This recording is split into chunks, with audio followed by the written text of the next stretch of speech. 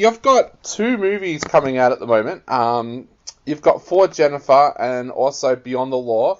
I was wondering if you could start off by telling us a little bit about both of those films. Yeah, so Beyond the Law I produced and directed, and then For Jennifer I produced, sorry. I've been locked in a house for 28 days now, so sometimes my thoughts are a little jumbled up. My apologies. That's all right. Yeah, so For Jennifer is the fourth installment in the Jennifer franchise. I directed the first one to Jennifer. The second one was directed by Hunter Johnson. The third one was directed by Frank Merle, and then this fourth one was directed by Jodie Barton, and it stars Tiffany Fest, Dominique Swain, Rich Finley, Lynette Tichelle, and Felissa Rose. And it's basically about a girl who is unraveling while trying to make a movie and uncovering a murder plot. It's a really wild ride. You don't have to have seen the first three movies to understand what's going on, but if you see it, it just adds like a little extra fun to it. Yeah. And it's a found footage style movie. It's a really fun franchise. And then Beyond the Law is about a man on a mission to avenge the murder of his son. And it stars Johnny Messner, Steven Seagal, and DMX. Yeah. And Zach Ward. I was going to ask you that about Beyond the Law. It's got such an amazing cast. Tell us a little bit how you were able to put together people like DMX and Steven Seagal for the film, because it's an absolutely brilliant film. Oh, thank you. Yeah, so X, DMX, I've been a huge fan of for forever. And so, it was really difficult to get a hold of him because he wasn't doing movies really at that time, and now he's been doing a bunch. He acted in one of my friend's movies after it, Jared Cohn's movie, and DMX is super awesome, and it took a lot of staying on top of it to get him in the movie. And then, Steven and I were talking, and he read the script and he asked for some changes, and we just kind of went back and forth and ultimately developed this character into this really cool mob boss type character, which is kind of, when I spoke to Steven, I said, he kind of has like that Brando-ish sounding voice, and I really thought it would be a great role for him. And so him and I just talked back and forth, and it took a lot of planning, but I got him on board. And then after having DMX and Steven Seagal on the movie, the rest of the cast fell into place. We actually had a talk recently on our show where we were talking about the fact that Steven Seagal is one of those actors that people know him for his action films, but he's actually a very, very good actor as well. Well, how did you find working with him from an acting point of view rather than an action star point of view? Yeah, I mean, that's one of the things that, I'm curious to see how people respond to with this movie. I mean, yes, there is action in it with Steven, but it's not really an action movie for Steven. It's more of a thriller, and I think it's more focused on his performance as, this conflicted mob boss and father. And so, I think it was really great getting Steven involved because he understood that I was wanting to work with him as an actor, not as, an action star. And I think, he has a very subtle, subdued performance, which is the most you could ever ask for. I mean, I love, subtleties in performances, and he gives such an amazing performance in the movie. I was very happy with what he did. Yeah, and you mentioned before that you're a huge fan of DMX. Tell us a little bit about why you're such a fan of his and why you felt he was right for Beyond the Law. DMX, well, obviously we wanted to get DMX and Steven Seagal back together as well because, Exit Wounds and, was both of their biggest movies. So we had that idea to do so. But, X especially, I loved his music growing up, and I've been a big fan of his most of my life, and I watched his movies when I was younger, and I thought he was really talented, especially if you saw the movie Never Die Alone. He's great in that, and he's fantastic in Belly. And I thought, this would be like the right kind of role for him, playing, a dirty cop. I thought he just could really pull that off really well. Almost, we modeled the character after Denzel Washington in Training Day. Yeah. So when you're directing an actor that you're a big fan of, how difficult is that not to blur that line between fanboy and director? Like, does it change the way that you direct the actor, or are you very aware of that and deliberately go about the business as director? No, I just stick to about the business as director, and then I fanboy out after the movie. Like, it doesn't really register to me until I'm, in the edit bay, seeing their performance. I even when I worked with Christopher Lloyd back when I was younger, it didn't really click until I was like in the edit bay, and I was like, oh my god, this is Christopher Lloyd. But you're just working with them as an actor, and you're showing them the respect of a professional, of course. But I treat all my actors with respect, and I work with them collaboratively to create the character. And I keep a very open mind to that, and I think my actors appreciate that. So I definitely try not to fanboy out. I mean, I let DMX know I was a fan of his work.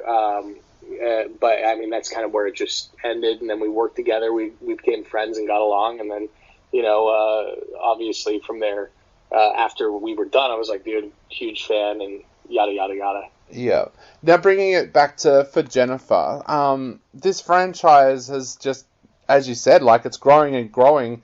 Did you guess that the Jennifer franchise would keep going as far as what it has over the years? No, not at all. When I first made the first movie, I never thought there was going to be a sequel, because I was, a broke teenager with $500 and had to make a movie because a movie had fallen through for me and I had no money, and it was my last chance to do something. And I had told many people in interviews over and over again, like, practice, if you have a camera, you just go out there and make something. And so I decided to practice what I preached, and reached in my pocket and pulled out a phone and pointed it at my friend and said, hey, say this. And he said it, and I was like, oh, great. And then I walked away and started, writing the script, and came back and we filmed it. And that was To Jennifer. I never expected a small movie shot on an iPhone to really do much. I mean, I just hoped it would be a stepping stone. I never thought it would be, 4 movies deep.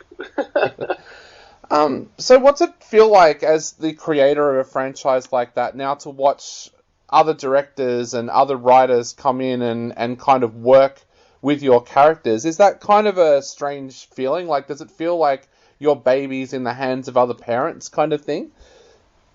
No, but it's a strange feeling in a different way. It's like a surreal moment, because it's like, Hunter Johnson was a first-time director when he did the sequel, the second movie, To Jennifer.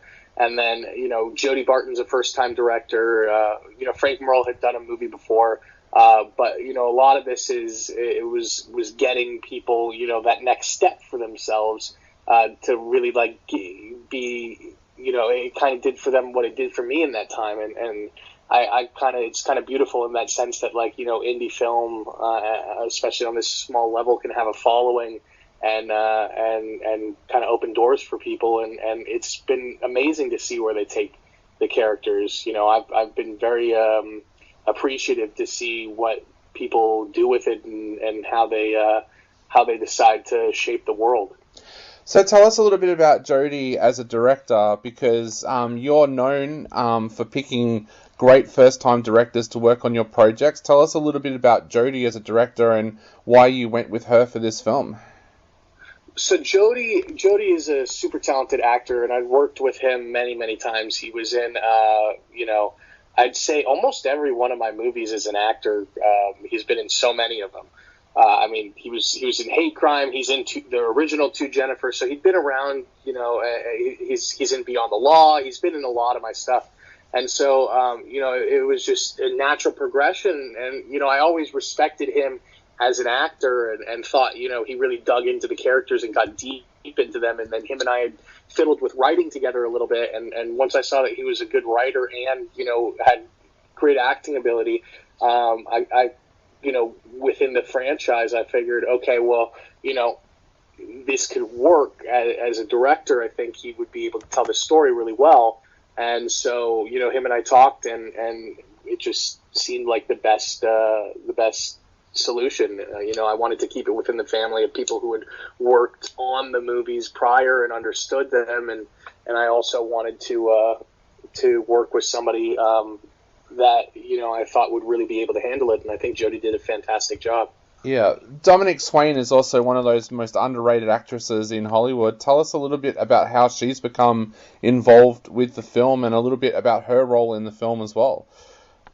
Yeah, Dominique plays, a fun character in this movie. She's kind of like a stoner roommate. Really, really silly character, and I think people are really going to love it. And, she actually just reached out to me because her and I had done Bloodcraft, and she was in Bloodcraft, and we had worked together, and she reached out to me saying, what are you doing? And I said, oh, well, right now I'm producing this smaller, indie film. And she's like, I want to be in it. And I was like, no, you don't. It's like a smaller thing. She's like, and she was like, no, I want to be in it. And so, I put her and Jodie in contact, and they had a conversation, and just, he ended up casting her. So it was, Dominique's a really cool person, and it was just, she wanted to be in the movie. Yeah. Now, I have to ask, how are you coping with lockdown? I know that you're such a creative person, so how are you coping with being in lockdown so far for 28 days? It's been that, vacation that I never had, which is funny because I was actually going to go on vacation for the first time during this. I, booked, a vacation in Cancun and all that stuff, and so now, because I haven't had a vacation in 10 years, I've been working nonstop. Yeah. So I was going to, take some time off and really do that, but all this happened, and so I've taken the time to just kind of chill, do these interviews, kind of remotely work on post on Death Rider, which is a movie I produced that's directed by Glenn Danzig, and just playing video games, watching Simpsons, and I really have been trying to figure out a way to make a movie from home. Yeah. So I've been trying to see, can I make a feature film while I'm in this lockdown? Can I figure out a story and script that I can do from my house with, either just me or something, figure it out. And I started shooting, or editing, just a very experimental film, just out of boredom. Yeah. So Sean, my editor, is working on that right now. But I've been trying to figure out a way to stay creative, and just writing doesn't feel enough. I want to be making a movie, and I don't want to have 2020 be a year I didn't make a movie. Yeah, I love how creative people are dealing with the lockdown. I was talking to another filmmaker the other day, and he's been sending a drone up in New York trying to get shots of New York streets with no people and no cars, because he said, I haven't got an idea for a post-apocalyptic movie at the moment, but I'm pretty sure those scenes are going to come in handy one day. So it's so amazing to hear how people are reacting to it. You've got these two movies coming out now, but what else can people expect from you in the near future? Because I know that you are a very prolific filmmaker. So Death Rider's coming out, which I produced, directed by Glenn Danzig. So you guys will probably see that later this year, early next year. But hopefully later this year. I have a horror movie that I was going to direct. I was literally a few weeks out from doing before all this went on. So, we'll see when that picks up, and I'll fill everybody in from there. And then, just trying to stay creative on what's going on over here, and hopefully also, my movie Alone, which has been doing festivals, will be out soon for everybody to see. Definitely. Well, James, thank you so much for chatting to us today. As usual, it's been an absolute pleasure, and we can't wait to see your next projects hit cinemas as well. Thank you so much for taking the time to chat with me, and I'm looking forward to talking to you again. Hopefully, when I have this quarantine movie done. Definitely. But stay safe, and thank you so much for taking the time.